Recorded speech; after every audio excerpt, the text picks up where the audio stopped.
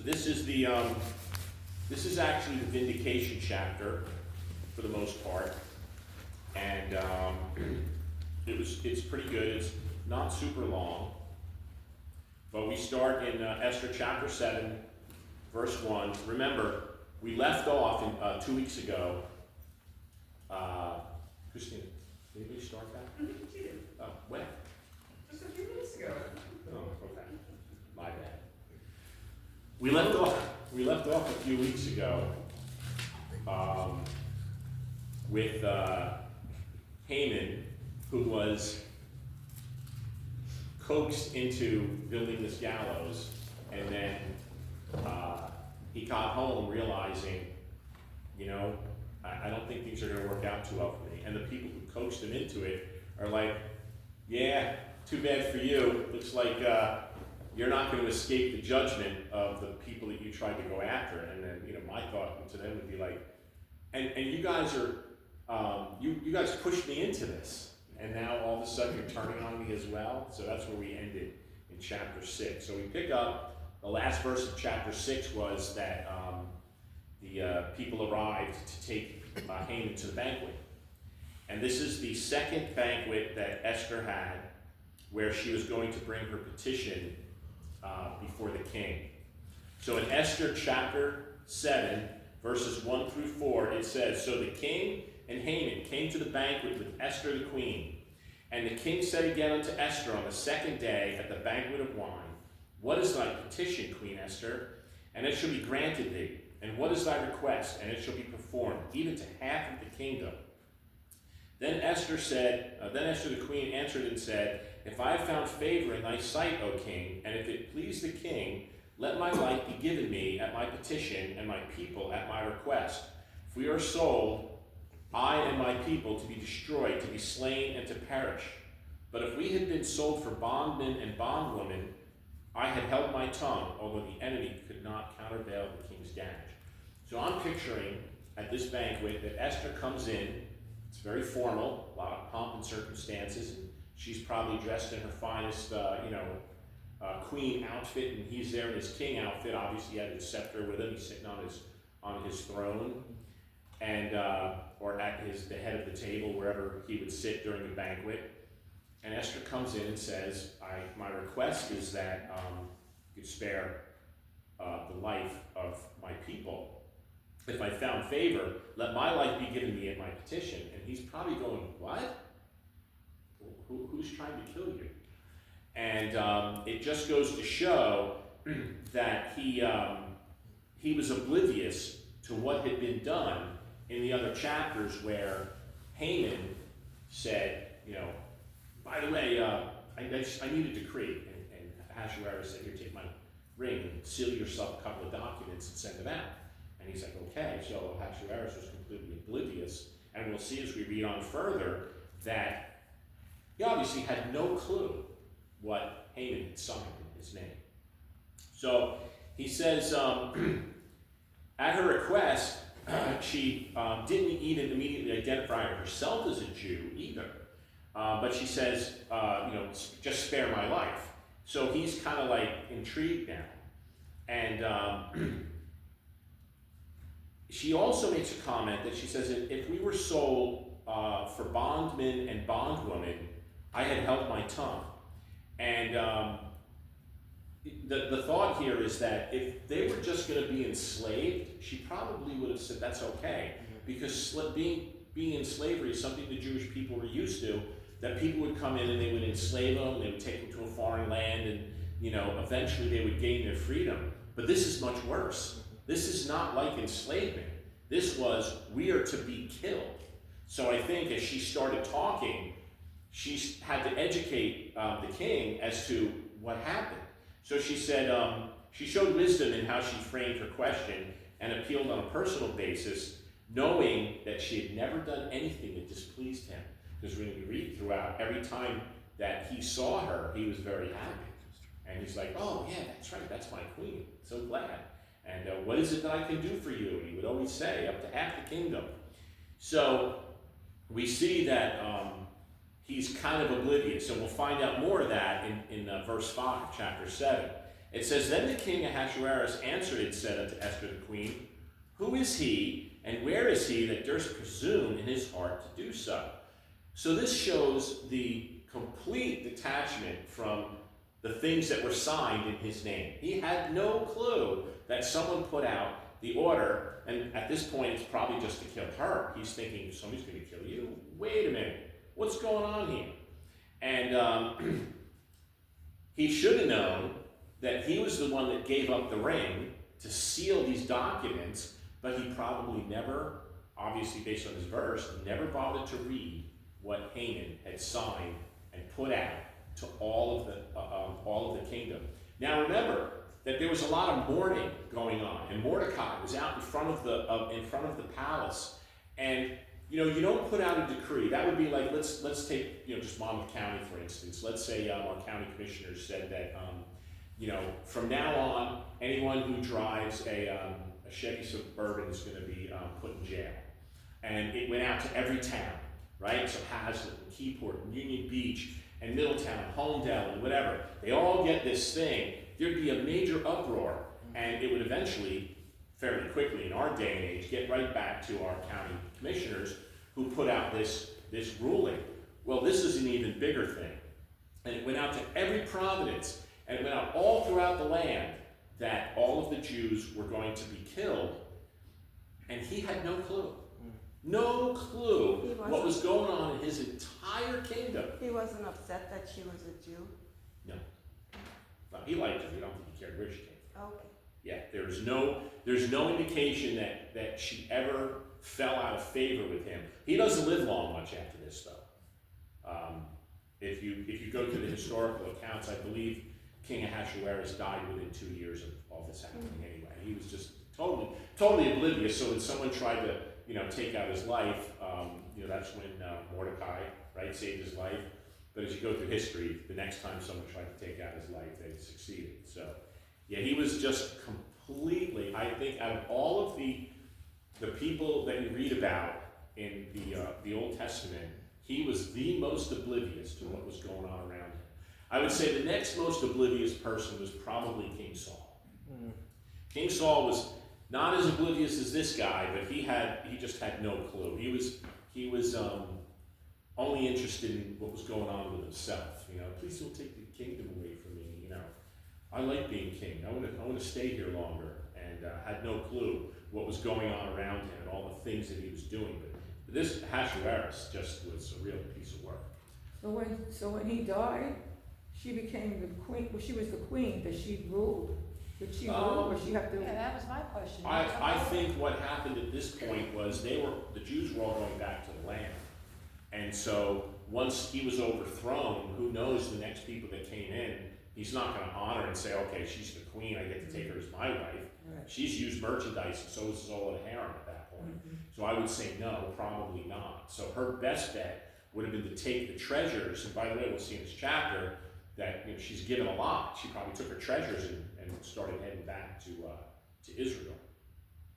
So he asked, who is it that presumed, not realizing that he was the one that gave the authorization to carry out the plot. So obviously he did it in ignorance. So we then, we will see again in chapter 8 how oblivious Ahasuerus is again. And just the things that he did and the way that he ran his kingdom show that this guy had no business being king. None at all. So then we move into Esther 7, verse 6. Chapter 7, verse 6 says, And Esther said, The adversary and enemy is this wicked Haman. And Haman was probably like, what? God. Then Haman was afraid before the king and the queen. So she exposed him, not just Haman, but she called him this wicked Haman. And now remember, Haman is there. He's the right-hand man of the king. He was probably completely oblivious, thinking he's a loyal follower. He's always there. Whenever I need something, he's there. But Haman was always, watching his back and always looking for an opportunity to do for himself, because that's how Haman was. And he was a very wicked man. He reminds me of some of the leaders today of the current Democratic Party who don't care about anything about what's going on in life around them except their own life. And it's unfortunate that this happens a lot when people get promoted or in positions of authority, that it becomes, instead of what they're supposed to be doing, it becomes about themselves. And so there's no difference between what was going on in this kingdom, 2,500 years ago or so, as opposed to what's going on in the world today, where people just look out for themselves. So he was then exposed as he probably wasn't as faithful of a servant. Now, this really ticked off the king. I mean, really. Because at first, she said that this decree was to have me killed. So we don't know at what point she said, and my people, but for him it's, wait a minute, this guy's going to try and have you killed? You're my favorite queen in the whole world.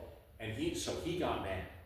And at that point, he kind of found out, probably, that she was a Jew, and then eventually that all my people are going to be killed. And the person who did this was the wicked Haman. And the good thing is that he got to see that, and he got to see Haman at the same time. And she said, this wicked Haman. There he is, sitting right there. And then, of course, he's like, he's probably got this big knot in his throat. Uh-oh, wait a minute. So, the king got mad. And what did he do? He arose and he went out into the garden. So, Esther 7, 7 and 8. And the king, arising from the banquet of wine, in his wrath, went into the palace garden. And Haman stood up to make a request for his life to Esther, the queen. So he went up to her and said, I beg you, spare my life. And he saw that there was evil determined against him by the king. So obviously, the king got mad. He got so mad, he went out to the royal garden. And while he's out there fuming, probably having a little bit of second thoughts about, man, I shouldn't have trusted that guy. I shouldn't have given him my ring. Shouldn't have let him do this. Shouldn't have let him do that. But we'll see in chapter 8, he didn't learn a thing. But he went out, and then he was just really ticked off. So Haman takes this opportunity to go to Esther and plead for his life for her. And it says that the king returned out of the palace garden into the place of the banquet of wine, and Haman was fallen upon the bed wherein Esther was. Then said the king, will he force the queen also before me in the house? And as the word went out of the king's mouth, it covered Haman's face. So what was going on here? Well, Esther was probably sitting on a couch, all right, because that word bed can be used as the word couch. So she was probably sitting on the couch, which was probably next to where the king was. When he got up and went outside, he probably got down on his knees and he started begging, and it probably got heated. And she probably said to him, you're going to have my people killed, you want mercy from me? And he either got up, he went to hit her. We don't know what really happened. All we know is it fell upon her. And just then, the king came in, and it didn't look good. And he probably got up and go, it's not what it looks like. There's your famous verse, right? And you ever wonder why when you watch on movies and they're going to do something bad to a person, they take a bag and they put it over their head, and then they take it and they either beat him up or throw him in a van or whatever they do? Well, that's where this comes from. They put something over his head, grabbed him, and they brought him outside. Then the king arose in his wrath and was filled with wrath because he realized that Haman, the guy he trusted, did all this to him and deceived him and forced him into the decree to kill all the Jews. And I bet you at this point, she probably spilled the beans about everything. Here's what he did. He had these letters. Look here, I brought one with me. Here's a letter signed by you. And then, of course, he was even more mad when it looked like that she was, he was trying to, assault her. One of the Jewish commentators, they have some very, very colorful things to say a lot of times about things that go on in the writings. And it says that in one of the Jewish writings that the angel Gabriel pushed Haman so he fell on Esther's couch just as King Ahasuerus was coming back into the room. So funny, just anecdotal evidence, but you never know. Somehow he ended up on that couch, and I don't know if he did it on purpose. You know, maybe he was going to strangle her. I can't imagine that he would have been at that point. He seemed like he was a shrewd guy. He didn't get to where he was by being stupid, you know, in that sense. But so I can't imagine that he would have physically attacked her in the palace at the banquet when there were tons and tons of witnesses. So he may have been pleading for his life, please, please, please, and then he tripped and fell and whatever it was, and it looked pretty bad. So if the king wasn't mad enough when he went out, he was even more mad when he came back in and saw what was going on. So then we come up to verses 9 and 10. And it says, and Harbonhannah, one of the chamberlains, said before the king, behold also the gallows 50 cubits high, which Haman had made for Mordecai, who had spoken good for the king, standeth in the house of Haman. Then the king said, good, hang him thereon. So they hanged Haman on the gallows that he had prepared for Mordecai. Then was the king's wrath pacified. So they had to hoist him up, set the stake, and set him down on it. And he slid down 75 feet to the bottom and stayed there until he died. So that was the end of that. And yeah, they think that at the time, that was the most painful way to go.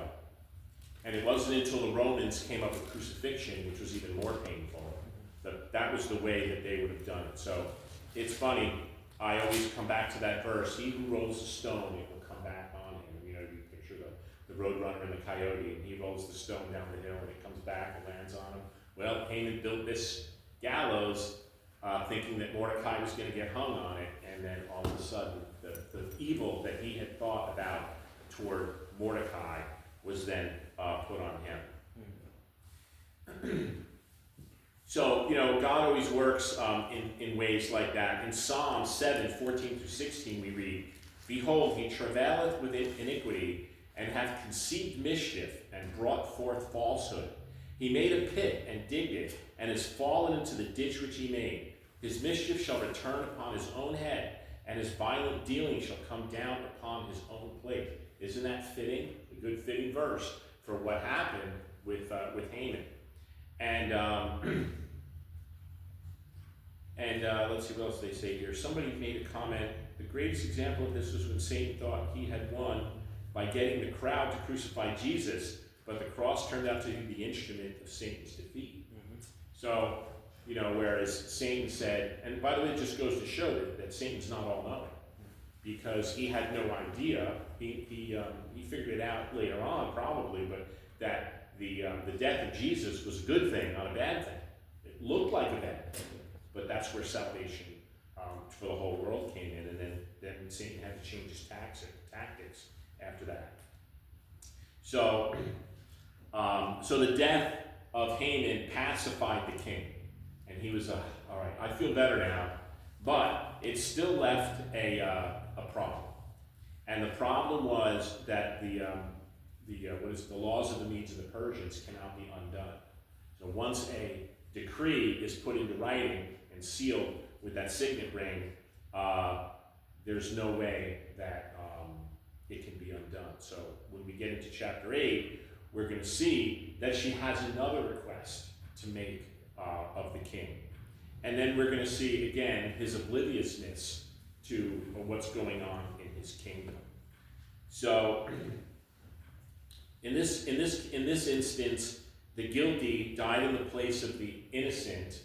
The innocent was spared, but in the overall scheme of things, Jesus was the innocent one dying for the guilty. So there is a little bit of a reverse comparison in that last verse. So that was it. Chapter 7 was a really good chapter, the vengeance chapter. It's where it all comes together, and all the evil plans of this one wicked man. And by the way, so I don't know if you remember in the beginning, I told you that the feud that goes on between the line of Haman and the line of Mordecai had gone back almost 1,000 years. This was an old feud. The only one that we know of that's much longer than that is the one where the Jews and the Arabs today are fighting because of the one brother, right? It was Abraham and Ishmael's name? Ishmael. Abraham and Ishmael, the two brothers, they each became great nations, right? Now we see that Ishmael's nation far outweighed the Jewish people. But when we take a look at why that is, it's because the Jewish people have been constantly under assault through the world, mostly because people are jealous that they say they're God's people. And like I look into that today to find out, well, what is it that the Arabs really hate so much about the Jews? And when you look at it from a perspective of the average Arab, and I'm not even talking about the jihadist type Arabs, but I would say from what I've been able to see, 50% of the Arab population could care less. They don't care if you're a Jew. We're all brothers, right? So we don't care that you're Jewish. The other 50% have some type of animosity. So there's no shortage of people who do interviews with these people on social media, and they talk about, well, what is it that you have against the Jews? There was one guy, he was Arab, and he was talking to a Jew, and the Arab man said, or the Jewish man said, blessings to you in Arabic, and he's wearing a shirt that says Zionist on it. And the Arab said to him, well, I can't wish a blessing on you. He said, why not? He goes, because you're a Jew. And he goes, well, why can't you wish me a blessing? He goes, because you're a Jew. He goes, is that the only reason? He goes, yeah. He goes, why? Why is it that you can't wish me a blessing? He goes, do you wish me harm? And he said, well, not really. He goes, but I don't like you. He goes, why don't you like me? You don't even know me. We just, for the first time, seen each other's face and are having a conversation. You don't like me because I'm a Jew and that's the only reason? And it is. It's the only reason. And now you talk about racism, that you find out that someone's Jewish, you say, I don't like them. And then, back in previous times in our country, when you think about, there were people who didn't like black people because they were black. And what if you were blind and you couldn't tell they were black? Would you still dislike them? And, it's just the stupidity of mankind that would judge someone by an outward appearance, And it's not like you gave this person a chance. Like, I try and think through my life, is there anybody I've ever looked at and said, I don't like him because he looks like that? And I'm thinking, no. I can't think of any time when I would say I don't like that person just because whatever. Now, the people that I don't like are because they've given me reason to not like them. And I think that should be the way it would be. We don't have to like everybody, but we don't want to not pray for somebody just because they're, like, I'm not going to sit there and say, I'm not praying for you because you're an Arab. So I'm glad you're going to heaven. We wouldn't say that as Christians. And unfortunately, in this world today that we live in, we see a lot of this hatred just because of that. So there is about 600 million Arabs in the world, and there's about 12 million Jews in the world. You can see they're vastly outnumbered. And that's because, 7 million of them were killed during the Holocaust. But they've been killed when you look at the times they were taken into captivity, and half the nation was wiped out. Now, I also believe that in a lot of these situations, we saw this in the Minor Prophets, that God said, I'm going to take out my judgment on you because you're my people. And with the responsibility of being my people comes a requirement that you behave yourself. You have to act like you're my people. And don't act like a bunch of buffoons.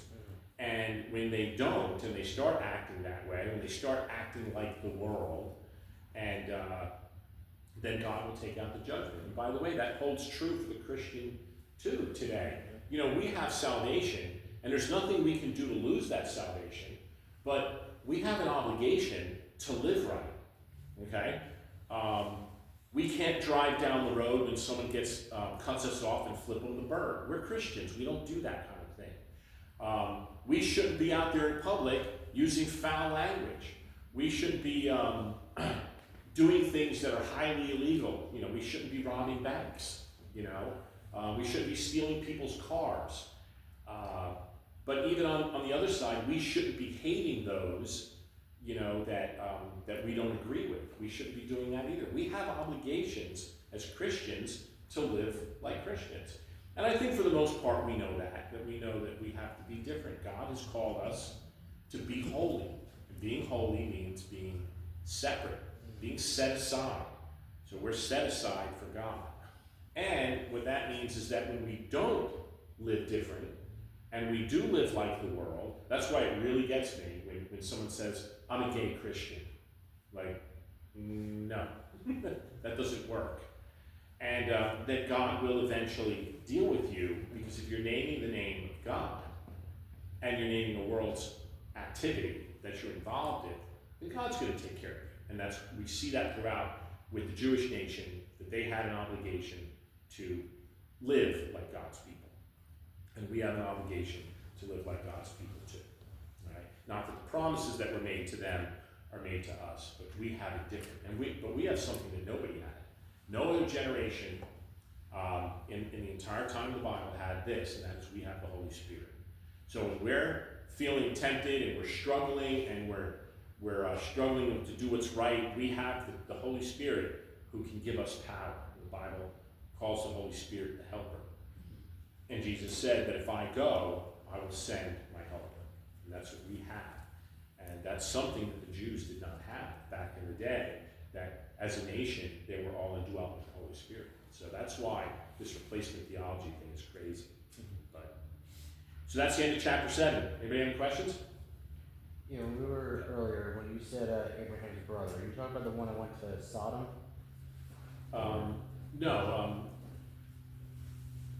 No, I was talking about Abraham's brother, Ishmael.